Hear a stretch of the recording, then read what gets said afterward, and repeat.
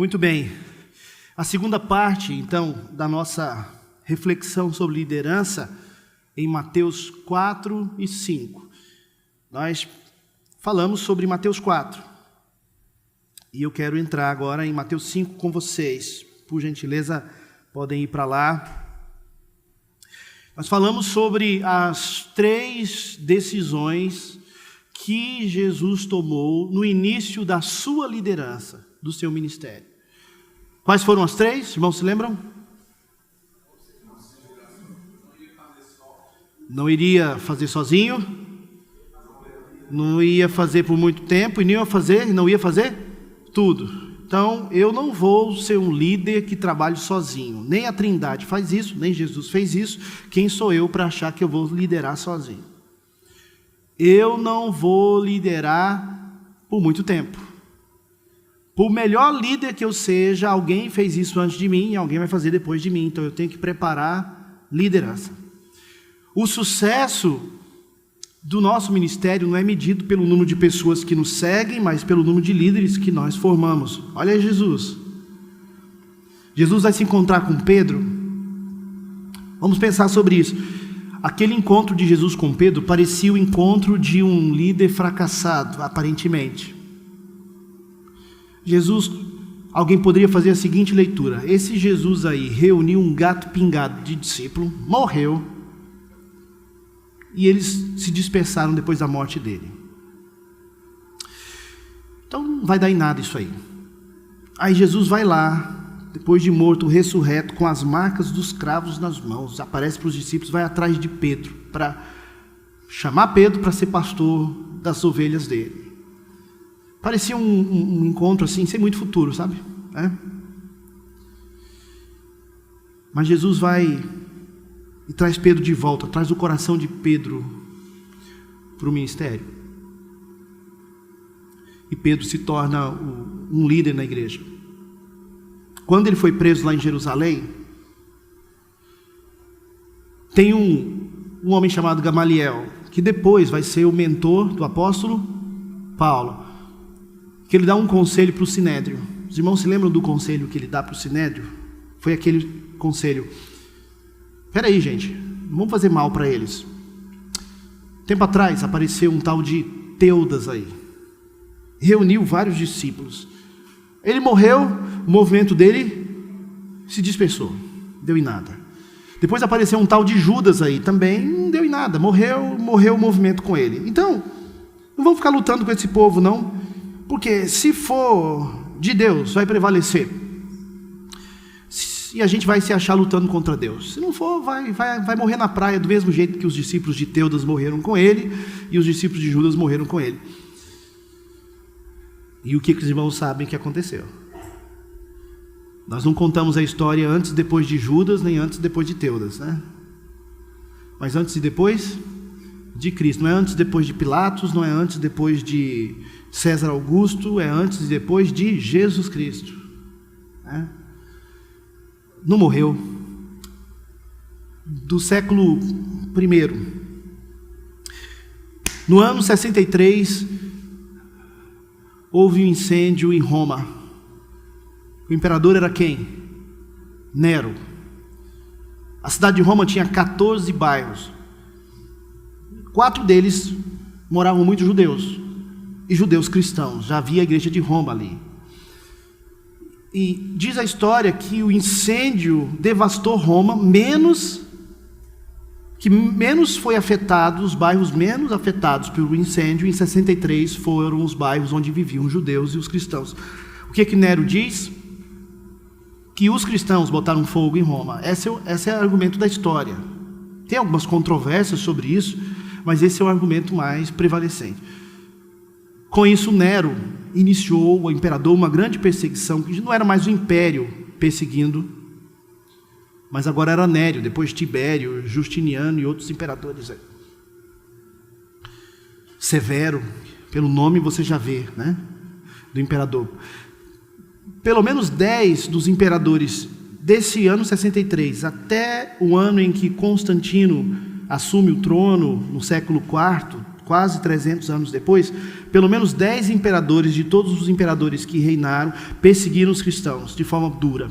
Nero teve uma perseguição local. Ele perseguiu os cristãos de Roma, uma perseguição ali na cidade. Ele jogava os cristãos no Coliseu Romano, ele molhava os cristãos com óleo e colocava fogo para iluminar a cidade. Ele foi alguém que perseguiu assim, mas com o tempo essa perseguição se expandiu e se acirrou, e ela se espalhou, e os cristãos pagaram com a vida por sua fidelidade a Cristo.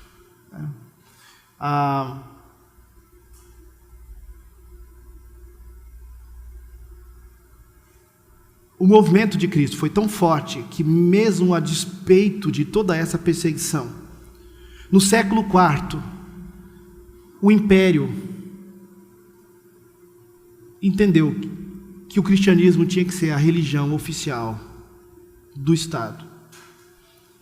Alguns dizem que Constantino se converteu de verdade, que foi fruto de uma conversão genuína. Outros dizem que foi um grito de socorro do império, que estava em decadência, para que através do cristianismo não morresse, já que o movimento cristão estava muito forte, efervescente. Então, o que Gamaliel falou estava certo. Não morreu com Jesus, muito pelo contrário. Um dos principais argumentos, os que defendem pela razão a ressurreição de Jesus, é a existência da igreja.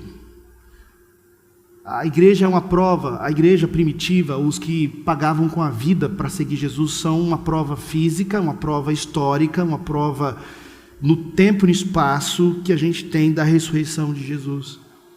Não era possível tanta gente se sacrificar assim por uma mentira.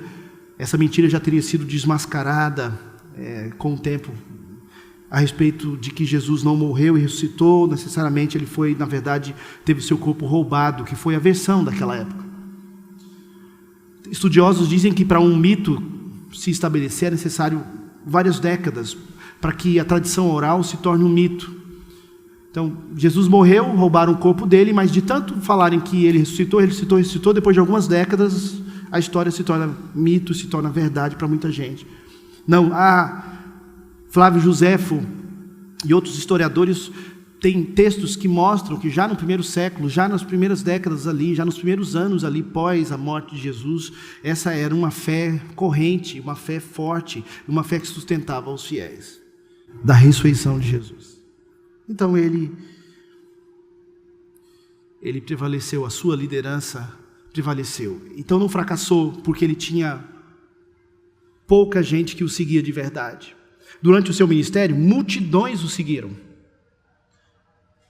Mas a gente tem só um grupo dos 11, sem Judas, mais Matias e mais um outro grupo de mulheres, que dava mais ou menos 120 pessoas ali. Foi esse grupinho que terminou no final, de fato, com Jesus, de todas as multidões que o admiravam, o acompanhavam.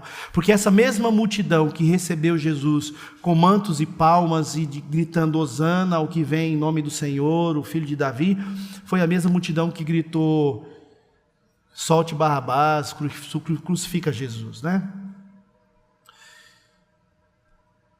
O seu ministério, a sua liderança não vai ser medida pelo número de pessoas e as multidões que vão segui-lo, mas pelo número de líderes que você vai formar. Eles vão ser as flechas que vão mais longe do que você. E Jesus é o exemplo disso. E na continuidade dessa perspectiva, ele então tomou essas 3 decisões. E no capítulo 5 a gente pode identificar então a postura de liderança de Jesus. 3 atitudes de liderança de Jesus que vão ser referência para nós. Ele tomou 3 decisões, ele teve 3 atitudes. A primeira atitude aqui que eu quero destacar, eu não estou fazendo exatamente numa ordem cronológica dos versículos, eu vou começar de trás para frente. Você pega lá o versículo 16 do capítulo 5, nós vamos voltando no texto. Versos 13, 14, 15 e 16. Vamos ficar de pé para a leitura?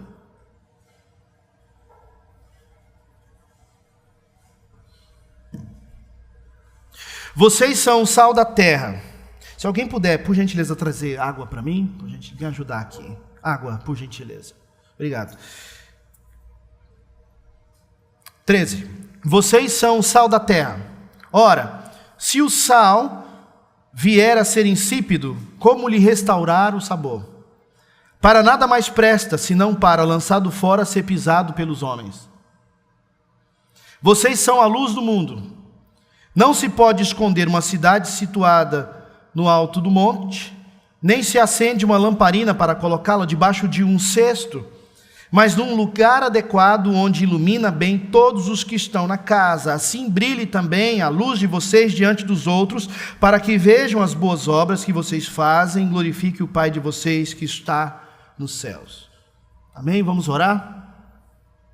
Senhor, nós abrimos a Bíblia com as mãos, mas só o Teu Espírito pode abrir o nosso coração para entendermos e aplicarmos a Tua palavra nas nossas vidas. Fala enquanto eu falo, prega enquanto eu prego. Faz a Tua obra que só o Senhor pode fazer nas nossas vidas. Em nome de Jesus. Amém? Podem sentar.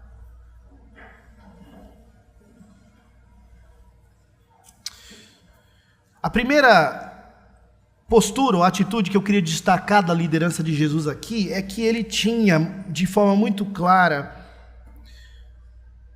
a compreensão de qual era o papel dessa igreja. O papel da igreja no mundo. Qual é o papel da igreja no mundo? Todo líder precisa ter isso em mente.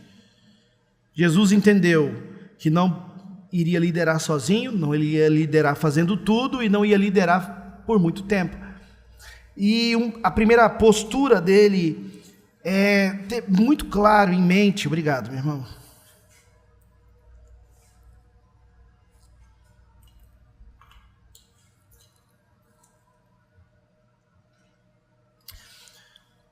Jesus está aqui no Sermão do Monte, Mateus 5, 6 e 7, o famoso Sermão do Monte de Jesus, onde ele ensina os seus discípulos e uma multidão também ouve ao redor. Ele fala aqui nos versos 13 a 16 sobre o alvo de transformar o mundo, de impactar o mundo que a igreja tem para a glória de Deus.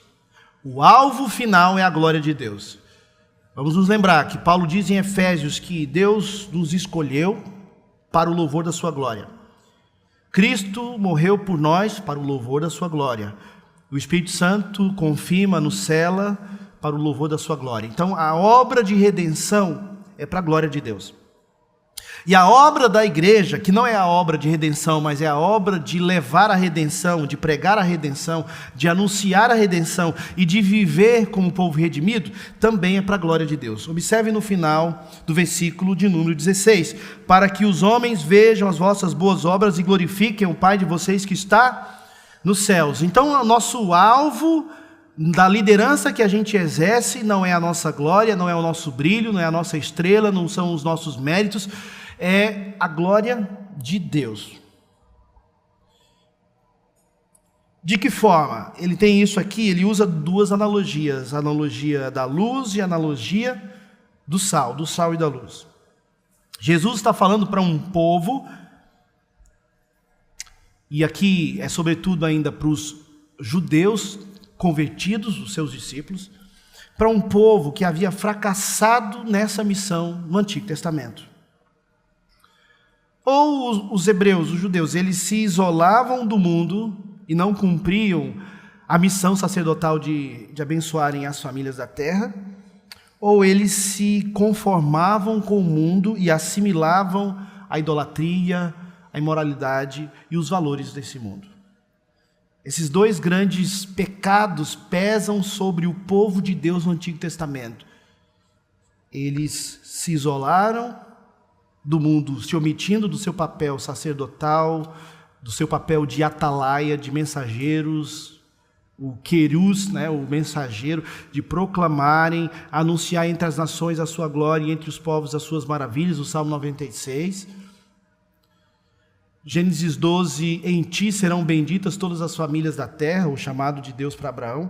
Essa missão, dentro das alianças que Deus fez com o povo no Antigo Testamento, eles fracassaram, eles se isolaram ou eles se conformavam.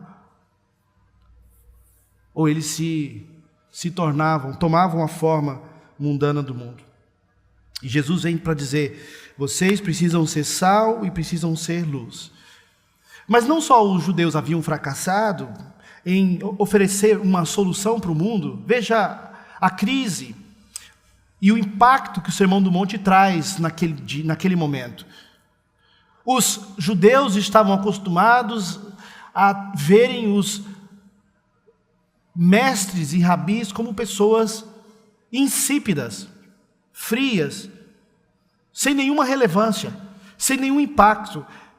Os mestres da lei não eram pastores, eles haviam se divorciado do pastorado, eles divorciaram a teologia deles do cuidado do povo. Sabe esse pecado que a gente tem apontado desde quinta-feira, uma teologia fora do contexto do povo de Deus, no caso do Antigo Testamento, nesse contexto do povo de Deus, também era uma teologia que se perdia. E os fariseus, os escribas, os mestres da lei, os sacerdotes, o sinédrio, todo o corpo religioso judaico que tinha a Torá, que tinha o Antigo Testamento, que tinha a lei na mão, cometeu esse pecado. Eles eram teólogos, teóricos e legalistas. Eles tinham 247 mandamentos positivos e 365 mandamentos negativos na sua lei oral. Para segundo a contagem deles, esses 247 se referiam aos principais ossos e partes do corpo humano. Como se eles dissessem: para cada parte do corpo humano tem algo que a gente não pode fazer, e para cada dia do ano tem algo que a gente tem que fazer. E eles transformaram a lei de Deus numa grande lista do que pode e o que não pode oral, para eles serem legalistas, cumprirem aquela lista e ficarem felizes e satisfeitos com a sua moralidade hipócrita religiosa. Longe do coração do povo, sem pastorearem o povo, sem cuidarem do povo, sem amarem o povo, sem conduzirem o povo, sem oferecerem as respostas que o Evangelho já oferecia desde o Antigo Testamento. Desde o Antigo Testamento, o texto do Antigo Testamento já oferecia uma mensagem de salvação, de redenção. Isaías 53 está no Antigo Testamento. Já tem a promessa do servo sofredor que vai trazer redenção. Eles tinham a promessa, eles tinham as bênçãos, eles tinham a mensagem para pastorear o coração do povo, mas Jesus encontra uma sociedade judaica não pastoreada, ovelhas aflitas e exaustas que não tinham pastor, como o profeta Ezequiel encontrou lá no Antigo Testamento, quando ele, em nome de Deus, vai dizer que vocês pastores estão fracassando na missão de cuidar das minhas ovelhas, diz o Senhor. Os judeus fracassaram nisso. A filosofia grega, que parecia aquela intelectualidade toda que traria respostas para as questões da vida, uma prova de que era um fiasco é quando Paulo passa por Atenas, em Atos 17. A cidade que era o berço da filosofia grega, do helenismo, da sabedoria, da intelectualidade grega, era um fiasco, porque tinha mais altares do que pessoas na cidade.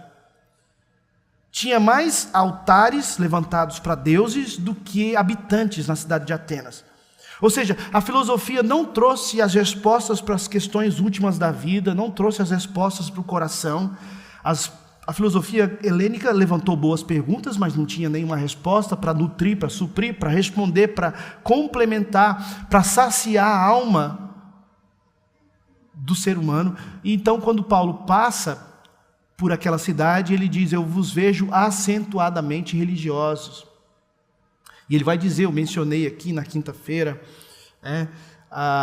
ontem, aliás, o que ele prega em Atos 17, o Deus que criou o mundo e tudo o que neles há é o Senhor dos céus e da terra, e a todos da vida, respiração e as demais coisas, pois nele vivemos, movemos e existimos. E ele vai levantar um varão perfeito, e ele prega o evangelho para esse povo perdido. E esse cenário de Atenas é um reflexo do mundo hoje. É muito filosófico, é muito intelectualoide, é cheio de argumentos, é cheio de racionalismos, é cheio de zombaria e escarnecimento com a fé cristã, mas são extremamente religiosos, extremamente místicos, extremamente inseguros, extremamente confusos. É o mundo em trânsito de identidades, de fé, de religiões, de crenças, de filosofias. A gente começa a observar os artistas do nosso tempo, os grandes comunicadores do nosso tempo, eles não conseguem explicar a sua própria história. O Mário Sérgio Cortella, que é um filósofo muito famoso no Brasil, né? Ele fala, eu não sou cristão, eu sou religioso. E como é que explica isso? Ele diz que não crê em Deus, que é meio agnóstico, mas ao mesmo tempo ele é religioso, e ele não sabe explicar quem ele é, essa concepção que ele tem. A filosofia também era um fracasso, ela não trouxe respostas. E o mundo romano? Vamos pensar nesses 3 cenários desse tempo. O mundo judaico, o mundo helênico grego, que a gente já trouxe aqui, o fiasco que foi para trazer direção para a humanidade, e o mundo romano. Eles tinham uma frase, eles tinham um lema que era Pax Romana, a paz romana. Nós vamos construir estradas, nós vamos interligar as colônias, nós vamos respeitar as religiões locais, e a gente vai cobrar imposto, e assim todo mundo fica bem, todo mundo. Nós não vamos sair destruindo, nós vamos sair por aí destruindo as religiões dos colonos, das nossas colônias. Nós vamos deixar que os judeus tenham lá o seu templo, que os judeus tenham lá o seu sinédrio, que o conselho deles ali resolvam as coisas, desde que paguem impostos para nós e não nos dê problema. Mas essa Pax Romana também foi um fiasco. Imperador sendo morto por parente. Não tinha paz nem na casa do imperador, imagina no império. Não tinha resposta nenhuma, era exploração, era castas superiores dominando castas inferiores, eram insurreições dentro das colônias. Então o que acontece? Nenhum desses mundos nos quais Jesus nasceu e foi trazido nesse tempo, na plenitude dos tempos, segundo Gálatas 4:4, trazia respostas satisfatórias que já estavam nas Escrituras no Antigo Testamento e que Jesus aqui, então, no Sermão do Monte, vem reforçar isso. Vocês são, dizendo para os discípulos, vocês são a esperança que eles têm. Vocês são esse sal que não deixa a carne apodrecer, que dá sabor no alimento. A igreja, o povo de Deus tem essa missão. A liderança de vocês precisa ter isso em mente. Nós vamos ser agentes de Deus para conter a podridão no mundo, para trazer sabor. Eu me lembro do que o pastor Tim Keller falou alguns anos atrás, quando ele estava vivo. Ele foi chamado para falar no parlamento inglês, lá na Inglaterra, nessa Inglaterra dessa Europa pós-cristã. E ali no Conselho dos Lordes, ele abriu Mateus 5 e leu: vós sois o sal da terra e vós sois a luz do mundo. E o Tim Keller, como diz a expressão popular, sentou o aço ali naqueles líderes ingleses. Ele disse o seguinte: vocês estão tirando Cristo de dentro da cultura, de dentro da vida, de dentro das escolas, de dentro da realidade da Europa, em nome dos direitos humanos, em nome de combate ao preconceito e tudo mais. Mas eu quero lembrá-los que esse texto diz que a igreja é que foi e que é o instrumento de Deus para conter a podridão no mundo. Aí ele cita bispo de Nissa, Gregório de Nissa, no ano 370, em um discurso dele, ele dizia o seguinte: quantas moedas custam a imagem de Deus? Quantos estáteis conseguistes por vender aquele ser humano formado por Deus? Pois Jesus Cristo, que conhece o valor da natureza humana, disse que o cosmo inteiro não é digno de ser trocado por uma alma humana. Quem pode comprar ou vender um homem, uma vez que percebas que ele foi feito à imagem de Deus? E Tim Keller prova que não foi um movimento moderno, recente, progressista, que trouxe a linguagem do respeito ao direito e à integridade da mulher e de qualquer homem, de qualquer raça, mas foi o Evangelho que trouxe isso na sociedade.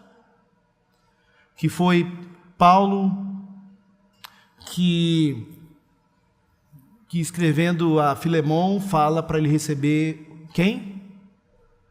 Quem era o ex-escravo? Onésimo, não o receba como escravo, mas como um irmão. E Tim Keller lembra, se a sociedade inglesa estivesse ainda hoje debaixo da ética grega ou da ética romana, as mulheres ainda seriam objetos sexuais. Ainda haveria machismo, racismo e todas essas bandeiras de preconceito, ou quase todas que vocês levantam aí, usando-as contra o cristianismo. Foi graças ao cristianismo que esse senso de direito, de respeito, a ideia de direitos humanos, o respeito sexual, o combate à fome, o combate às mazelas sociais, a preocupação com a natureza, esses valores todos que vocês levantam como bandeira para ir contra o cristianismo e a sociedade judaico-cristã, vocês devem a esses valores judaico-cristãos, a sociedade com liberdade que vocês têm hoje. Aí o Tim Keller fala, a igreja, ela é uma bênção para a sociedade.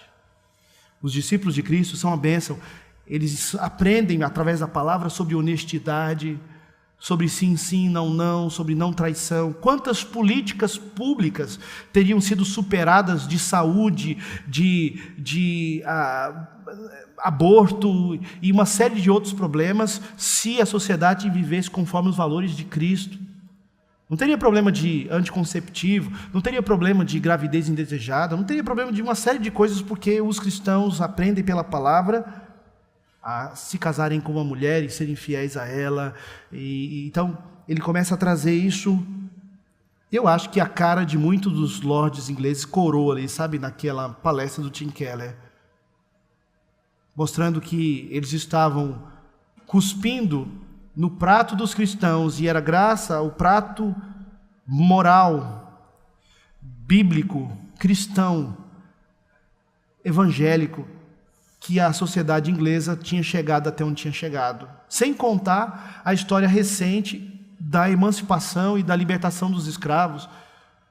John Milton, William Wilberforce, gente crente dentro do parlamento inglês lutando contra a escravidão. É o que Jesus está nos lembrando aqui. A igreja é esse sal e é essa luz que ilumina as trevas. Luz significa trazer direção para quem está perdido. Para a gente hoje, talvez essas duas figuras não sejam tão fortes, porque a gente tem geladeira para conservar a nossa carne, e a gente tem outros tipos de temperos, tem gente que nem usa sal mais. Hoje a gente tem a iluminação para todo lado, mas naquele mundo, é tanto que, não dá tempo aqui agora, mas se a gente começasse a fazer o histórico do sal na sociedade. Teve fases na sociedade que 1 quilo de sal valia mais do que 1 quilo de ouro. E o histórico da luz.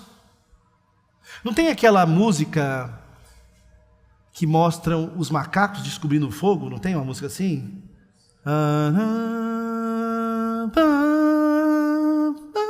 Eu nem lembro mais.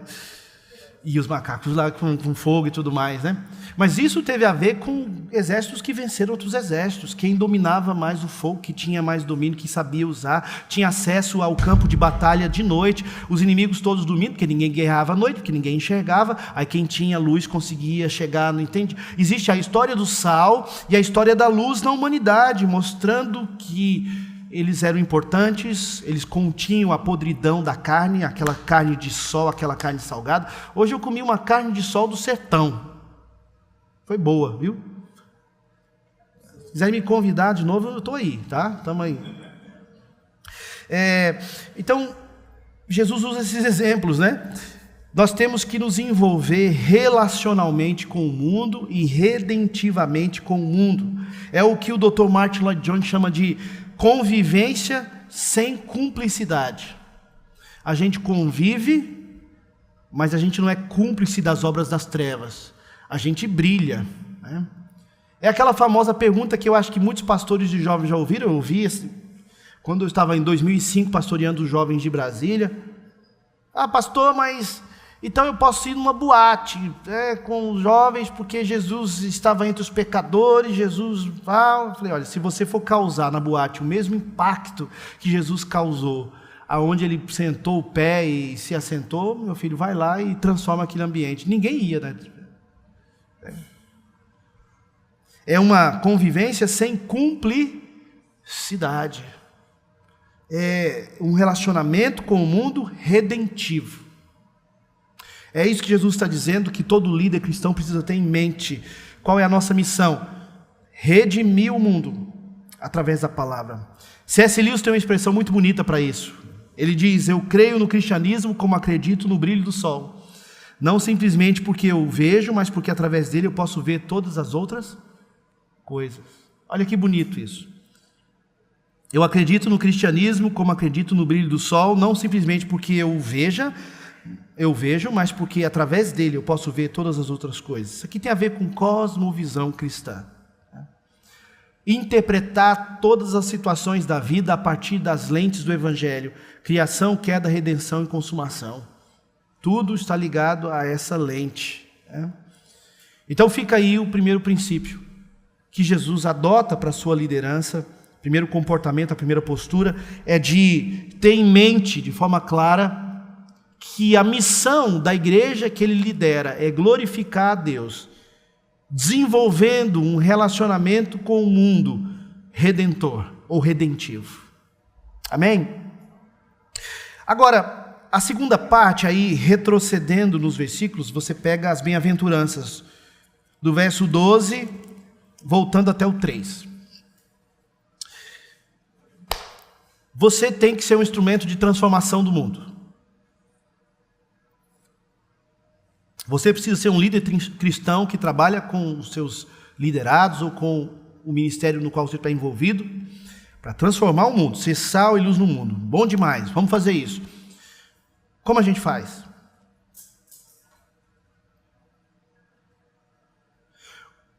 Porque Jesus diz assim: se o sal vier a ser insípido, como lhe restaurar o sabor? Quer dizer, o sal pode perder a sua salinidade.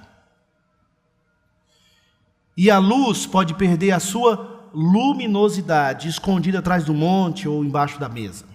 Então, qual é o processo de salinização e de luminificação? Eu não sei nem se é essa palavra.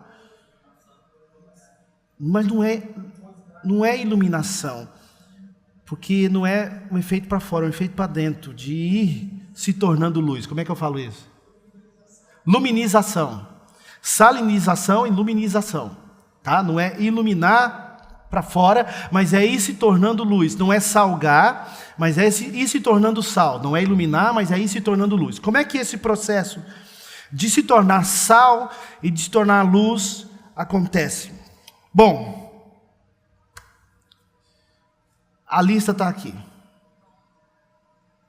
Que tipo de cristão vai ser essa luz, esse sal no mundo? Preste atenção aqui comigo, olha para cá. O cristão que reconhece a sua pobreza espiritual. Bem-aventurados os pobres de espírito, porque deles é o reino dos céus. Bem-aventurados, qual que vem depois? Os que choram. Choram o quê? É um processo. Jesus está descrevendo um processo que descreve aquilo que ele faz no caráter do seu discípulo para ele passar a ser luz e para ele passar a ser sal. Esse processo aqui das bem-aventuranças é uma descrição da luminização e da salinização do cristão. Como é que um cristão passa a se tornar sal nesse mundo? Como é que um cristão passa a se tornar luz no mundo? Começa com um processo de primeiramente reconhecer a sua pobreza espiritual, a sua dependência de Deus. Ele não é autossuficiente, ele não vai fazer tudo, não vai fazer sozinho, não vai fazer por muito tempo, ele depende de Deus, é para a glória de Deus, não é sobre ele, mas é sobre Deus. Ele reconhece a sua pobreza espiritual. Consequentemente, não é só um reconhecimento intelectual, mas é uma contrição emocional, física, interna, verdadeira, do coração. Ele chora essa situação. Essa compreensão de quem ele é, do seu estado de pecado e dependência de Deus, de pobreza, produz nele uma reação de contrição. Ele chora. É isso que Jesus está dizendo, do processo. Consequentemente, ele se torna manso. Em que sentido? Ele amansa o seu eu. É aquele cavalo bravo que você coloca um cabresto. Ele entende, como Paulo diz em Romanos 7, ele esmurra o seu corpo, ele luta contra a carne, ele reconhece que a vontade dele nem sempre é a vontade do Espírito, que a obra da carne, que o corpo ainda é corruptível, que ele tem que lutar contra essa velha natureza, essas inclinações que ele tem. Então ele reconhece a sua pobreza espiritual, ele chora o seu pecado e ele amansa o seu eu, a sua vontade. É isso, ser manso aqui, nessa descrição, significa isso. É o que o Tim Keller fala, eu me auto-esqueço, convém que ele cresça e que eu diminua, que não seja feita a minha vontade, mas a tua vontade. É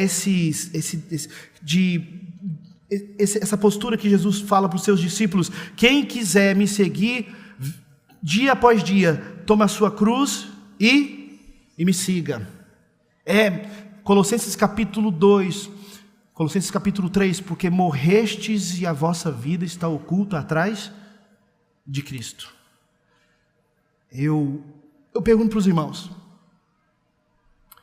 crente que não é humilde, consegue ser sal e luz na vida das pessoas?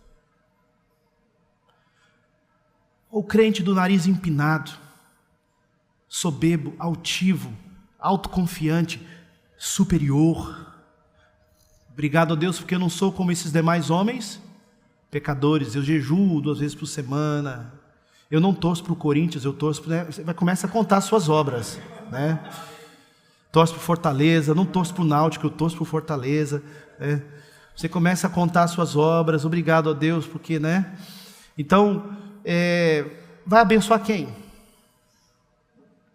Pensa nos religiosos que estavam com Jesus numa casa, questionando Jesus, tentando ver se pegavam Jesus em alguma contradição.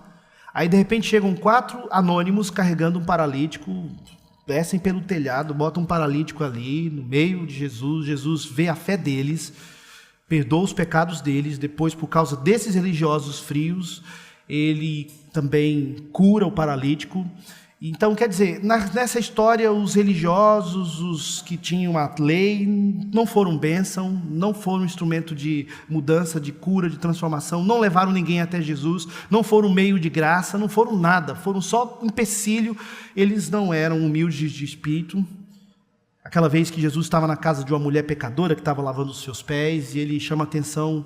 Ela faz isso porque ela entende o tamanho do perdão que ela recebeu. Vocês não fazem porque vocês acham que não precisam de perdão, pois eu vim para os que estão doentes e não para os que estão sãos. Ela muito foi perdoada, por isso que ela é muito grata. Como é que eu vou ser luz e sal se eu não reconheço a minha pobreza espiritual, se eu não sou humilde para reconhecer a minha dependência de Deus, se eu não choro o meu pecado, se isso de fato não me afeta, se eu não fico só racionalizando o meu pecado? Eu sou pecador mesmo, pastor, mas eu não estou nem aí de verdade. Às vezes eu só racionalizo, eu sou pecador, mas eu não sinto, eu não me contrito com aquilo, eu não me quebranto com aquilo não me incomoda. Pois tem uma progressão aqui em Mateus 5, a partir do verso 3. Eu reconheço a minha pobreza espiritual, eu choro isso, eu sinto isso, eu me contrito, eu sofro com isso, isso me incomoda, e eu amanso a minha vontade. Eu não quero que seja feita a minha vontade. Consequentemente, nasce em mim uma sede diferente de todo tipo de sede que eu já tive na vida. Eu tinha sede dos filhos de Zebedeu. Vocês sabem quem são os filhos de Zebedeu? Os irmãos Boanerges, Tiago e João, os filhos de Zebedeu. Os Boanerges, os filhos do trovão, né? Eu sei porque eu tive uma banda na minha adolescência que chamava Boanerges, os filhos do trovão.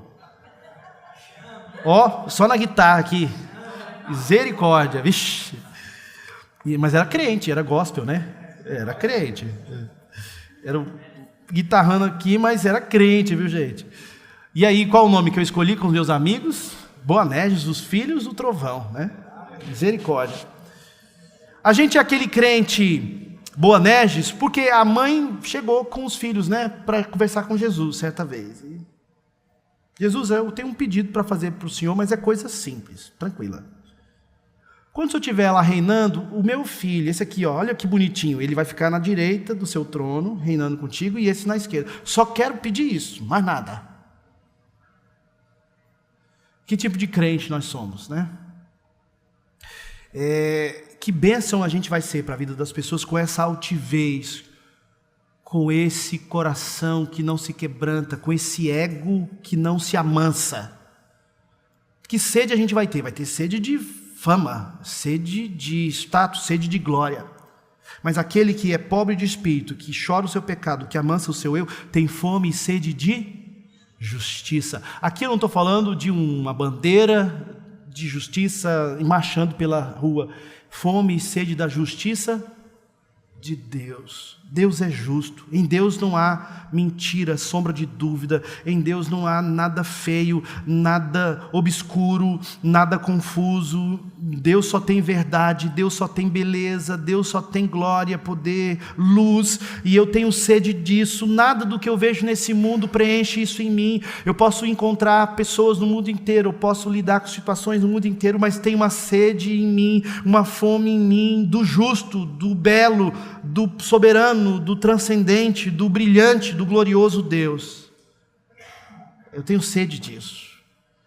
Eu espero a hora que eu vou estar lá. Você tem essa maranata no seu vocabulário, né?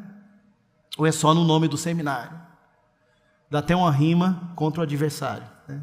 Fala desse jeito e brincar ao contrário, enfim. Essa sede, eu quero Jesus, eu quero, como John Piper diz, para muito cristão por aí, o céu vai ser sem graça, porque tem Deus lá. Mas o céu vai ser o céu porque Deus está lá, né? Não vamos precisar de sol, porque Ele vai brilhar. O nosso Deus é eterno. Vocês acham que o céu vai ser sem graça? Que vai ter um dia enjoativo? Que vai ter uma hora que você fala assim, não, Jesus, eu não aguento mais cantar essa música no coro. Eu gosto dela, mas já cantei 100 anos, não dou conta mais. Que tipo de eternidade você imagina que vai ser no céu? Só que, faz uma conta, eu gosto de fazer conta. A matemática é a ciência, a rainha das ciências, né? A teologia é a rainha da ciência, mas a matemática também é parte disso. Tem uma matemática aí quando Deus diz que Ele é eterno. Se Deus é eterno, como é que vai ter um dia na eternidade repetido? Porque a parte de Deus que você não conhece vai ser sempre maior do que a parte que você conhece. Você começou a conhecer a Deus a partir de um ponto no tempo. Você começou a desfrutar de Deus a partir de um ponto no tempo e no espaço. Você foi criado para viver dentro do tempo e do espaço, mas Deus é eterno. Então a parte de Deus que você não conhece vai ser sempre maior do que a parte que você conhece. Então o céu pode ir tranquilo, que não vai ser sem graça. Pode ir sem medo, que vai ser sempre novidade, vai ser sempre maravilhoso, vai ser sempre algo que vai nos encantar. Quem não tem fome e sede de justiça disso, é porque não passou. Martin Lloyd Jones, quando ele escreve sobre o Sermão do Monte, ele fala que é como se fosse a caminhada de Moisés para o Monte Sinai para receber a lei de Deus. Para começar a subir esse monte, você precisa de humildade, você precisa reconhecer e chorar o seu pecado, amansar o seu eu e ter fome e sede de justiça, porque tem uma promessa aí. Bem-aventurados os pobres, porque deles é o reino dos céus, os pobres de espírito. Bem-aventurados os que choram, porque serão consolados. Bem-aventurados os mansos, porque herdarão a terra. Bem-aventurados os que têm fome e sede de justiça, porque serão fartos, serão saciados. Nós vamos encontrar aquilo que a gente procura em Deus. Nós vamos ter o nosso coração suprido em Deus. Não lá, já aqui. Jesus disse para os seus discípulos: não tem ninguém que tenha deixado pai ou mãe por amor a mim, que já não receba nesta vida e na outra, muitas vezes mais. O reino já está aqui. O reino já faz parte do gozo que a gente desfruta. Já tem Deus e o seu reino emanando e reinando nas nossas vidas, no nosso coração. Mas o caminho continua, como Lloyd Jones disse: você subiu no monte, você alcançou o saciamento da fome, da sede, da justiça de Deus, você se encontrou com Deus, você tem que descer do monte e voltar para a missão. Aí você desce do monte limpo de coração, misericordioso e pacificador, e corajoso para suportar a perseguição. Bem-aventurados os misericordiosos, porque alcançarão misericórdia. Bem-aventurados os limpos de coração, porque verão a Deus. Bem-aventurados os pacificadores, porque serão chamados filhos de Deus. Que cristão que ilumina o mundo. Ele tem fome e sede de Deus. Ele não está competindo com ninguém. Ele não olha para os incrédulos e esnoba deles, para os incrédulos e se sente superior a eles. Ele tem fome e sede de Deus. Então ele se torna misericordioso, porque ele sabe que vai alcançar misericórdia. Ele está correndo a corrida com os outros, mas ele não está preocupado em ganhar, porque ele sabe que já ganhou, ele quer ajudar o outro a chegar também. Isso ajuda demais na nossa liderança e na nossa missão para com os incrédulos. A gente os ama mais, a gente é mais compassivo com eles, porque o nosso já está guardado, o nosso já está garantido, a nossa eternidade já está ganha, mas o dele não, o dela não, o coração dele ainda não foi alcançado. Então eu tenho paciência. Quantas vezes nós confundimos a nossa conversão e a nossa santificação com uma separação e distanciamento dos incrédulos. A gente não vai mais no churrasco porque o tio bebe e eu não bebo mais. A gente não visita mais a tia porque ela fala palavrão e eu não falo mais. A gente não se relaciona mais com aqueles colegas do trabalho porque eles não são cristãos e agora eu sou. E a gente confunde as coisas. Quando Jesus diz: não se pode esconder uma cidade edificada atrás do monte, nem se esconde uma lâmpada debaixo do alqueire, mas ela tem que ficar visível para que ilumine, que os homens vejam as vossas boas obras e glorifiquem a vosso Pai que está nos céus. Os misericordiosos abençoam as pessoas. Uma pessoa que não é limpa de coração, como é que ela ilumina e salga os outros? Ela não é limpa de coração, o que ela faz, a motivação é errada. O coração dela é sujo, o coração dela é mal intencionado, ela faz isso para a glória dos outros. Um casal lá em Jerusalém aprendeu isso a duras penas, não foi? Qual era o nome do casal? Ananias e Safira venderam uma propriedade fingindo que o valor que tinham dado era o valor completo. Não precisavam ter feito aquilo. Não precisavam nem ter vendido a propriedade. Não era isso que Deus queria. Deus queria um coração limpo. E os que têm um coração limpo vão ver o quê? A Deus. Os discípulos em Jerusalém foram açoitados e ameaçados e os ameaçaram para não pregarem mais o evangelho. Eles saíram dali regozijando-se por terem sido considerados dignos de sofrerem afrontas por causa do nome de Jesus. Eles não estavam preocupados em ver os aplausos e receber os aplausos dos homens, mas ver a Deus. Meu alvo é Deus. O Salmo 131 tem que ser um salmo que você tem que decorar, se você é líder. É um salmo para todo líder. Ele foi escrito por um líder, o rei Davi, o maior líder, talvez depois de Moisés, no primeiro período do povo de Deus. Davi foi o maior líder. Jesus veio dele. Ele é um tipo de Cristo, uma figura, uma pré-figuração, um sinal que aponta para Cristo. Filho de Davi, Jesus foi. E o Salmo 131, Davi diz: Senhor, não quero orgulho no meu coração, nem altivez no meu olhar. Não quero andar atrás de grandes coisas preciosas demais para mim. Pelo contrário, eu fiz calar e sossegar a minha alma como uma criança desmamada se aquieta nos braços de sua mãe. Assim é minha alma para contigo. Espera, ó Israel, no Senhor.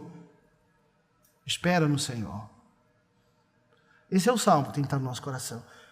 Senhor, não quero orgulho no meu coração, nem altivez no meu olhar, não quero andar atrás de grandes coisas preciosas demais para mim. Pelo contrário, eu fiz calar e sossegar a minha alma, como a criança desmamada se aquieta nos braços de sua mãe, assim a minha alma para contigo.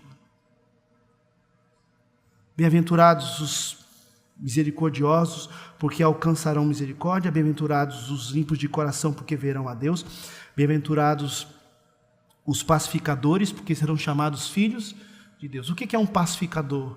É alguém que ajuda uma pessoa a se pacificar, a se reconciliar com o seu maior inimigo. E não é o diabo, é Deus. Efésios capítulo 2. Éramos também filhos da ira, como também os demais. Sem Cristo, as pessoas estão debaixo da ira santa, do juízo de Deus. E o maior problema que uma pessoa sem Cristo tem é com Deus. E os pacificadores são instrumentos de, como diz Paulo, de reconciliação entre pecadores arrependidos com Deus. E por fim, a última característica dessa salinização e iluminificação do cristão é a coragem. Bem-aventurados aqueles que são perseguidos por causa do meu nome. Bem-aventurados sois quando por minha causa vos injuriarem e mentindo disserem todo mal contra vós. Porque assim, perseguindo vocês vão ser semelhantes, ele diz, porque assim perseguiram os vossos pais que vieram antes de vocês. Então, meus irmãos, que tipo de líder cristão e de cristão ilumina e salga e transforma e impacta o mundo glorificando a Deus? Reconhece o seu pecado, reconhece a sua situação pecaminosa, chora o seu pecado, amansa o seu eu, tem fome e sede de justiça, é misericordioso, é limpo de coração, é pacificador e é corajoso para pagar o preço pela perseguição por servir o nome do Senhor. Aí a luz começa a brilhar na família, dentro de casa, o marido cristão na vida da esposa, a esposa na vida do marido, o pai na vida do filho, o filho que é assim, que se torna assim na vida do pai. Agora, o que é importante nessas características é que elas todas são inalcançáveis para nós. Não são 7 passos para ser um cristão iluminador. Não é uma teologia do coach, você pode, você consegue, vai lá. Isso aqui é para os nossos joelhos se dobrarem. No capítulo 7 do sermão, Jesus vai dizer: pedi e dar-se-vos-á, buscai e achareis, batei e abrir-se-vos-á, pois todo o que pede recebe, o que busca encontra, e o que bate abrir-se-lhe-á. A gente tem que colocar o joelho no chão, porque só o Espírito Santo pode fazer a gente aplicar essa palavra, esse caráter de Cristo em nós. Só homens e mulheres cheios do Espírito podem ser humildes, sensíveis, amansarem o seu eu, terem fome e sede da justiça de Deus, misericordiosos, pacificadores, limpos de coração e corajosos. Só homens e mulheres cheios do Espírito da palavra, do Espírito de Cristo, podem ser assim. E para terminar, os primeiros 2 versículos de Mateus 5, diz assim: vendo Jesus e aproximando-se, vendo Jesus as multidões, e tendo se aproximado, subiu ao monte, e tendo se assentado, passou a ensiná-los, dizendo. Esses 2 versículos mostram um modus operandi de Jesus, a estratégia de Jesus. Os versículos 13 a 16 mostram a missão. Os versículos 3 a 12 mostram o caráter do missionário, do líder. E os versículos 1 e 2 mostram a estratégia. Primeiro, você tem que ver. Você tem que perceber. Você tem que ter esse discernimento, o olhar de Jesus. Mateus 9, vendo Jesus as multidões, compadeceu-se delas, porque estavam aflitas e exaustas como ovelhas que não têm pastor. E dirigindo-se aos seus discípulos, disse: rogai ao Senhor da seara que envie trabalhadores para a sua seara, porque a seara é grande e os trabalhadores são poucos. Mateus 9, a partir do verso 36, tem essa descrição do olhar de Jesus. Vendo Jesus as multidões, a estratégia é você pedir a Deus para abrir os seus olhos, E aqui eu estou falando de abrir os nossos olhos espirituais. Né, irmão Cláudio? Abrir os nossos olhos espirituais. Irmão Cláudio está aqui, fez vários projetos de evangelismo comigo, enfrentou uma enfermidade, hoje está cego fisicamente, mas muito bem, dos olhos bem abertos espirituais. E eu estou nesse caminho também, eu tenho que trabalhar enquanto eu posso ver, mas um dia talvez eu tenha que enfrentar esse problema também. Já fiz algumas cirurgias, estou usando umas lentes especiais, mas a luta está no meu caminho também. O ponto é que Jesus ele vê no sentido não de enxergar, mas no sentido de interpretar, de discernir a realidade que está ao seu redor. Essa é a estratégia para nós, vendo Jesus. Então é ver primeiro, é ver, é discernir, é ter uma leitura espiritual da realidade, para você ser um líder conforme Jesus. Vendo Jesus, as multidões tendo se aproximado, ele subiu ao monte. Subiu ao monte diz muito aqui, porque Jesus não se esconde. Quando ele vê essa realidade caótica de uma multidão perdida e de discípulos que precisavam de orientação, ele não se esconde, ele não foge, ele vai para o lugar mais alto, ele se revela. Ele se deixa ser visto, ser alcançado, ele se conecta. Então essa é a segunda estratégia. Eu percebo, eu discerno, eu vejo, eu não só fico no campo da teoria, mas eu me revelo, eu me coloco à vista, eu entro em contato, eu me encarno, essa liderança encarnacional, eu encarno, eu vou lá, pisar aquela terra, calçar aquela sandália, falar aquela língua. Terceira, ele se assentou no monte. Como é que eu tiro isso como um princípio? O princípio do sacrifício. Ora, Jesus está assentado à direita do trono de Deus, ele é o Rei dos reis e Senhor do universo. Jesus é eterno, sempre existiu. Antes de Abraão existir, eu sou. E aí querem matá-lo por essa declaração, porque ele está dizendo, eu sou eterno. Jesus sempre existiu, estava lá na Trindade Santa antes de tudo isso ser criado. Aí ele se submete a ser um ser humano. Ele se submete a descer nesse mundo. Ele se submete a ser um judeu na Palestina pobre daquela... Não tem uma praia igual de Fortaleza lá. Pelo amor de Deus, vocês são muito metidos, viu? Lá não tinha essa praia, né? É um mar de Genezaré, que é um laguinho mais ou menos lá, um mar morto, que coitado, que está mais morto que tudo. O Mediterrâneo tem águas escuras, a areia é escura, não tem isso aqui, gente, né? Jesus poderia ter vindo para o Ceará, né? Mas ele foi para a Palestina, não tem o verde que tem aqui, não tem as riquezas naturais, é uma terra árida para ser filho de uma geração de um povo pequeno. Ele não veio como egípcio, não veio como assírio, não veio como romano, ele veio como um judeuzinho lá de Nazaré, né? De onde ele foi conhecido. Esse nazareno aí, quem que ele pensa que ele é, né? A gente poderia dizer, quem que é esse lazarento aí, quem que ele pensa que é, né? E ele se sacrifica. Jesus vê, Jesus se revela, Jesus se sacrifica. Nenhum líder vai ser bênção na vida de ninguém se não estiver disposto a se sacrificar. O amor de Deus é sacrifício. Romanos 5:8. Qual é a mensagem de Romanos 5:8? Ninguém sabe? Que ele prova o seu amor para conosco pelo fato de ter Cristo morrido por nós, sendo nós ainda pecadores. Como é que ele prova o seu amor? Sacrifício. Amor é sacrifício. Amor é abrir mão. Amor é dividir. Amor é tirar você do centro e colocar outra pessoa. Amor é cuidar do próximo e amar o próximo como a si mesmo. Amor é sacrifício. Se a gente quer liderar como Jesus, nós precisamos estar dispostos a abrir mão. Eu vejo, eu me revelo, eu me sacrifico e eu assumo a responsabilidade dessa direção. Porque aí o versículo termina e passou a ensiná-los dizendo, e aí começa o sermão do monte. E passou a ensiná-los dizendo, então eu vejo, eu me revelo, eu me sacrifico e eu assumo a responsabilidade. Eu passo a agir. Eu não fico no campo da teoria e do sentimento. Eu ajo, eu faço. Aí a gente ilumina, a gente salga e a nossa liderança se torna a liderança de Jesus. No final do Sermão do Monte, diz o texto, que as multidões estavam maravilhadas com Jesus.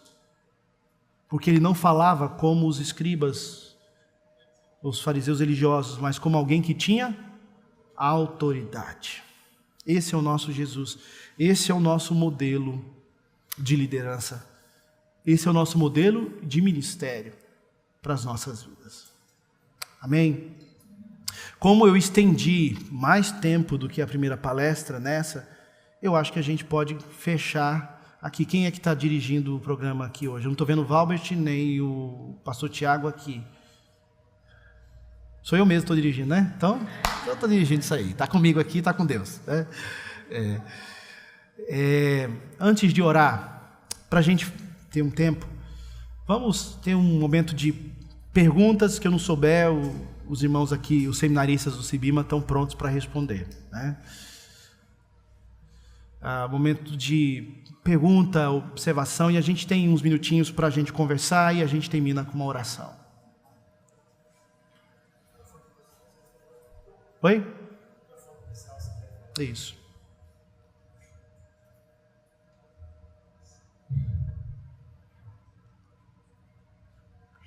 Vamos lá.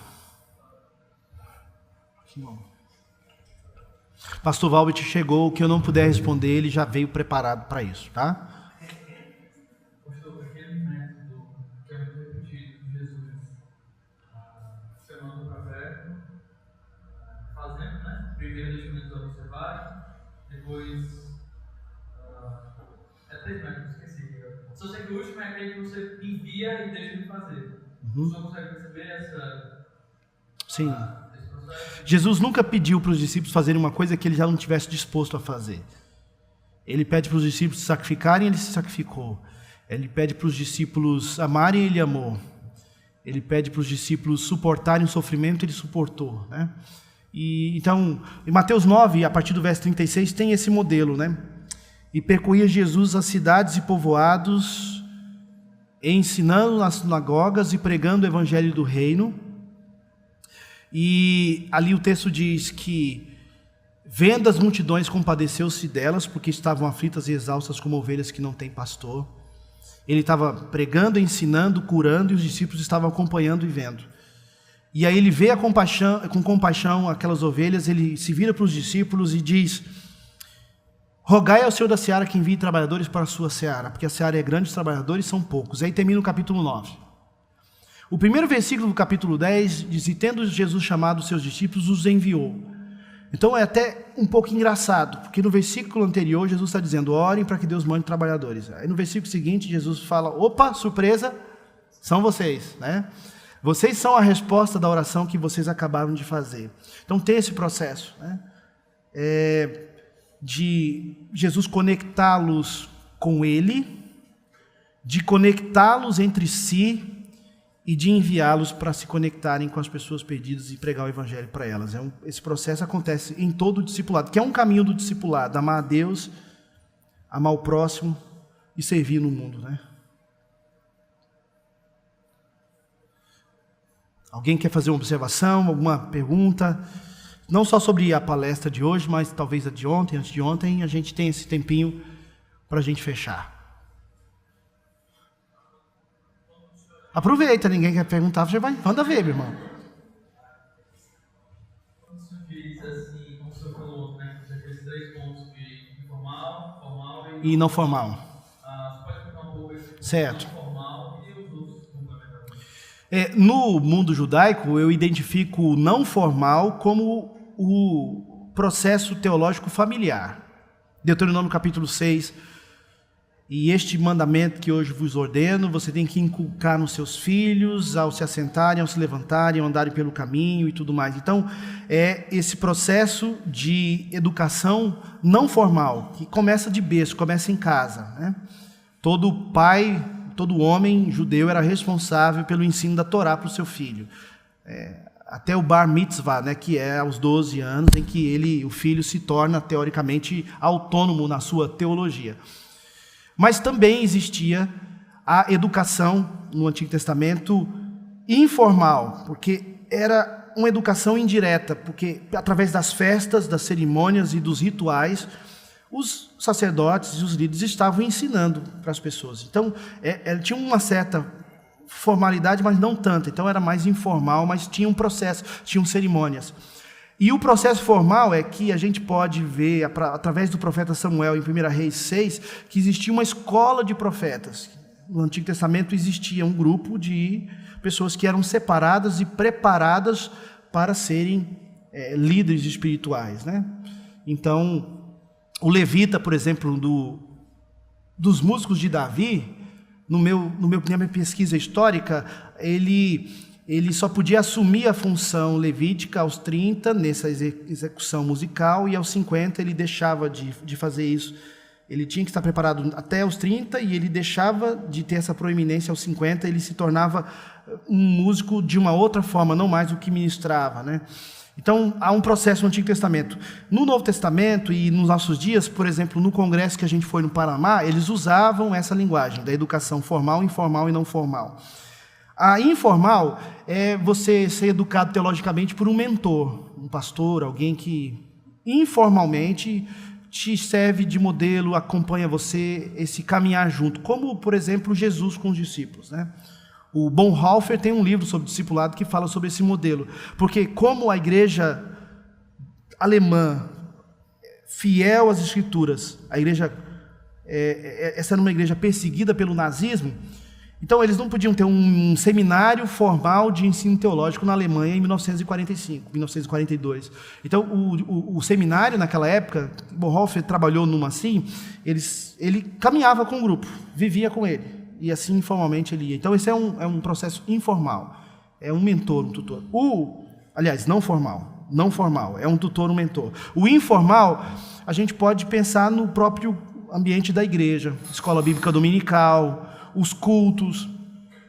Esse trabalho da igreja, de ensino teológico, ele é informal, nesse sentido. E o formal é a educação teológica. Então, seria mais ou menos esses níveis. O não formal é o pessoal, não tem nenhuma formalidade. O informal, ele tem alguma formalidade, mas ele é a partir da igreja, não é necessariamente uma escola teológica. E a escola teológica seria o processo formal.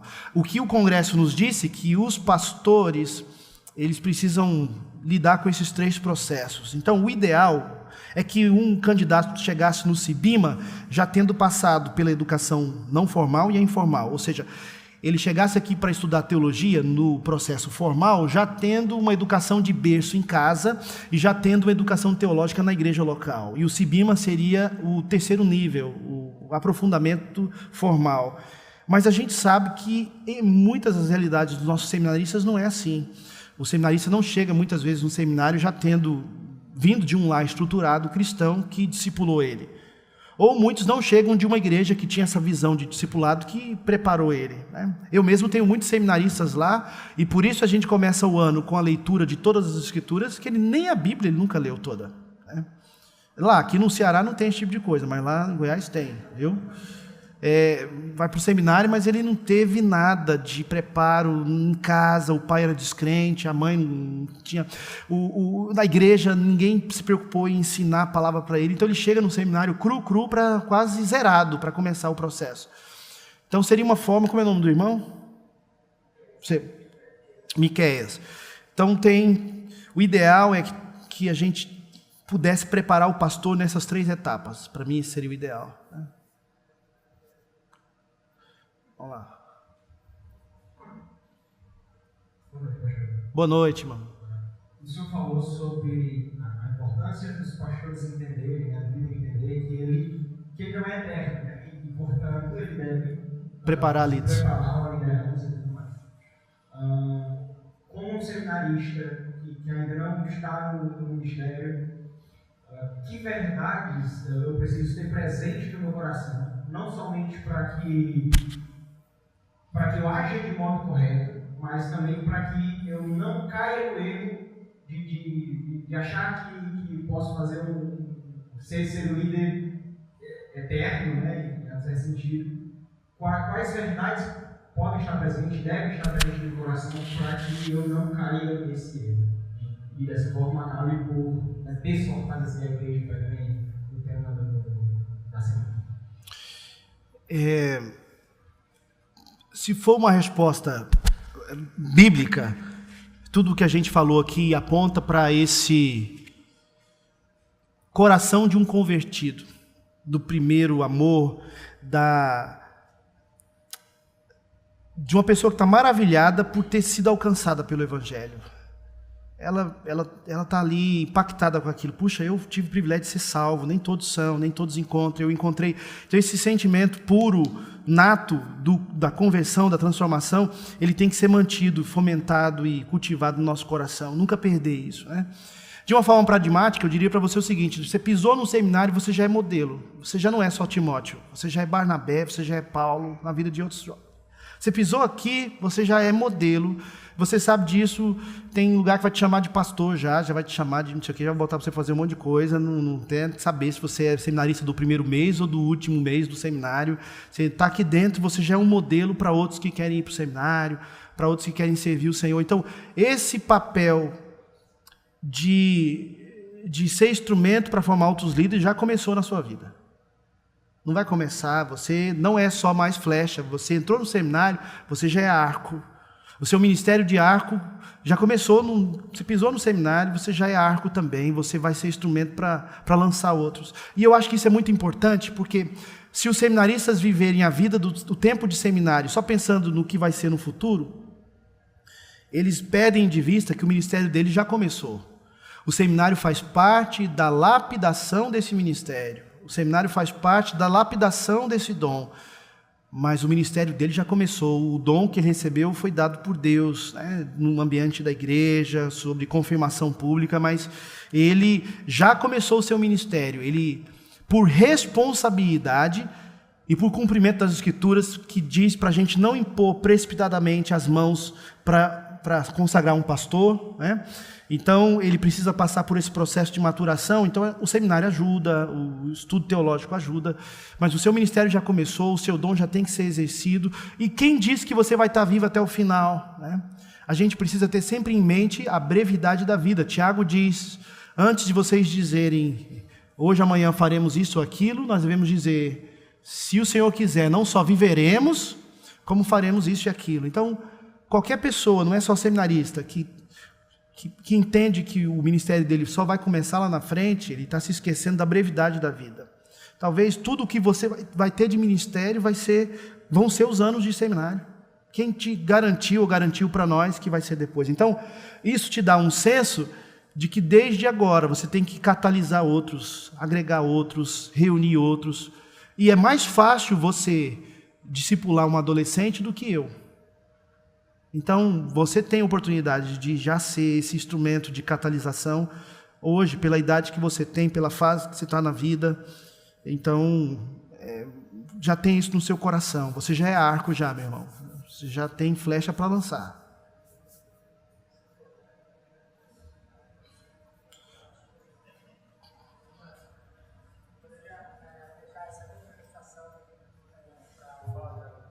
Fala, meu irmão. Poderia ficar sobre a situação para dizer da igreja se respirando. Quando a gente já se vê, a igreja se vê, já é um Com certeza. Esse salmo não está falando de pastor. Esse salmo está falando de pais.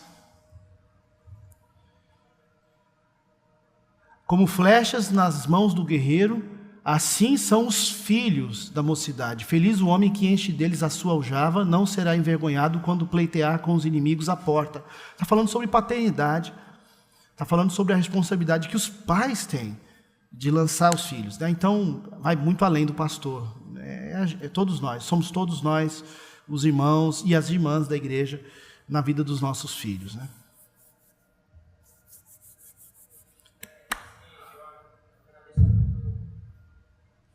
oportunidade de seguir, ter nos proporcionado esse momento, sabe? Muito gratidão. a respeito da pergunta da jovem ali, né? E, infelizmente, muitas pessoas não têm, muitos pastores não têm esse espírito da humildade. Porque eu já ouvi falar, estou relatando aí, eu tenho isso no coração de entender aquilo que a pessoa está começando, já está dando os primeiros passos ali a lançar as flechas, porque está buscando. Mas tem muitos que falam que seminarista não, ele é seminarista. A igreja já chama ele de pastor, mas ele não é pastor. Eu já ouvi falar, não é pastor, ele é seminarista. No final, ele só vai se tornar pastor quando for imposição das mãos, todo aquele processo, né? E hoje aqui, a gente teve essa, para minha vida, muitas coisas. Se a gente fazer perguntas ou relatar na primeira aula a respeito do. Você falou da igreja, né? Da igreja moderna, da igreja contemporânea e outras igrejas que eu não estou nem lembrando. A doutrina, né? Sim. Falou para a gente na primeira aula. Mas eu agradeço, não tenho nenhuma pergunta, agradeço principalmente pela vida do Senhor, pela vida aqui do pastor Tiago, que é o reitor, por essa oportunidade, sabe? Muito gratificante mesmo, muito gratificante mesmo, por toda esse ensinamento. Amém. Amém.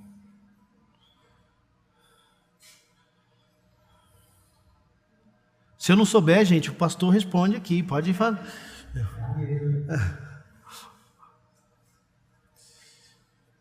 Então vamos fechar? Pastor Valbert, eu acabei estendendo e já emendando os 2 momentos para a gente fechar no final.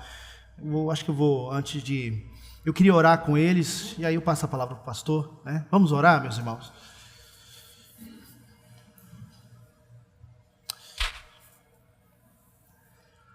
Senhor Deus e Pai, Criador dos céus e da terra e de tudo o que existe, Autor da criação, Autor da redenção em Cristo Jesus, nosso Senhor, que nos deixou o Teu Espírito para nos confortar, nos consolar, nos inspirar, nos fortalecer.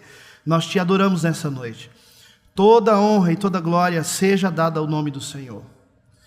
O Senhor é bom demais para não ser conhecido, é belo demais para não ser desfrutado. O Teu amor, a Tua graça é boa demais para tanta gente estar sem ela.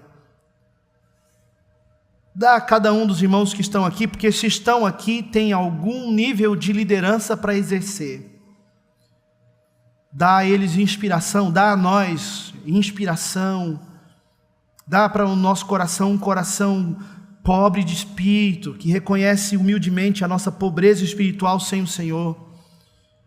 Um coração que chora o pecado, que não se conforma em viver fora da Tua vontade. Um coração que amansa o eu, amansa ele para ter fome e sede da Tua justiça. Um coração misericordioso, limpo, pacificador, corajoso, para a gente iluminar e salgar esse mundo. Iluminar e salgar as nossas igrejas com a nossa liderança. Nos dê, ó Deus, essa entrada que Jesus tinha na vida das pessoas. Ele via, Ele se revelava, Ele se sacrificava e Ele as ensinava. Nos ajude a fazer isso também. Nos ajude, ó Deus, a ter uma comunicação relevante, clara, fiel, pessoal, autêntica, multicultural, multiétnica e urgente. Nos ajude, ó Deus, a entender que a igreja precisa de boa teologia e a teologia precisa de uma boa igreja e que nós precisamos dos dois para sermos teólogos saudáveis. Que a Tua palavra seja aplicada pelo Teu Espírito nas nossas vidas. Que não fique nada no nosso coração que tenha vindo somente do meu coração. Preserva a Tua palavra na vida dos meus irmãos. E que eles possam aplicar isso nas suas vidas e frutificar. A seara é grande, os trabalhadores são poucos, nós precisamos de ajuda. Se tem alguém aqui, ó Deus, que está fugindo do chamado, que está, Deus, resistindo à obra que o Senhor tem a fazer através da vida dele, abre esse coração, ó Deus, dá coragem, dá disposição, dá ousadia, dá, ó Deus, entrega completa. Eu sou pastor e eu preciso de ajuda. Nós precisamos de ajuda. Temos campos demais e pastores de menos. Está faltando missionário, está faltando educadora, está faltando pastor. Desperta aqui nesse povo e em outros, que o Cibima fique lotado de seminaristas. E que os outros seminários dessa cidade, seminários sérios também. Porque tem muito para ser alcançado, tem um monte de cidade aqui perto, tem um sertão todo, tem vários bairros aqui, ó Deus, pobres, violentos, difíceis, precisando do Evangelho. Tira toda a acomodação do nosso coração. Que a gente possa se despertar para a Tua obra. Um dia a gente vai descansar, um dia a gente vai estar tranquilo, a gente vai ver tudo claramente, um dia nós teremos um corpo perfeito, incorruptível, regenerado, glorificado, celeste. Mas enquanto o Senhor não volta, nos dá paixão, compromisso e esforço na missão. Em nome de Jesus. Amém. Obrigado, irmãos. Foi uma honra estar com vocês.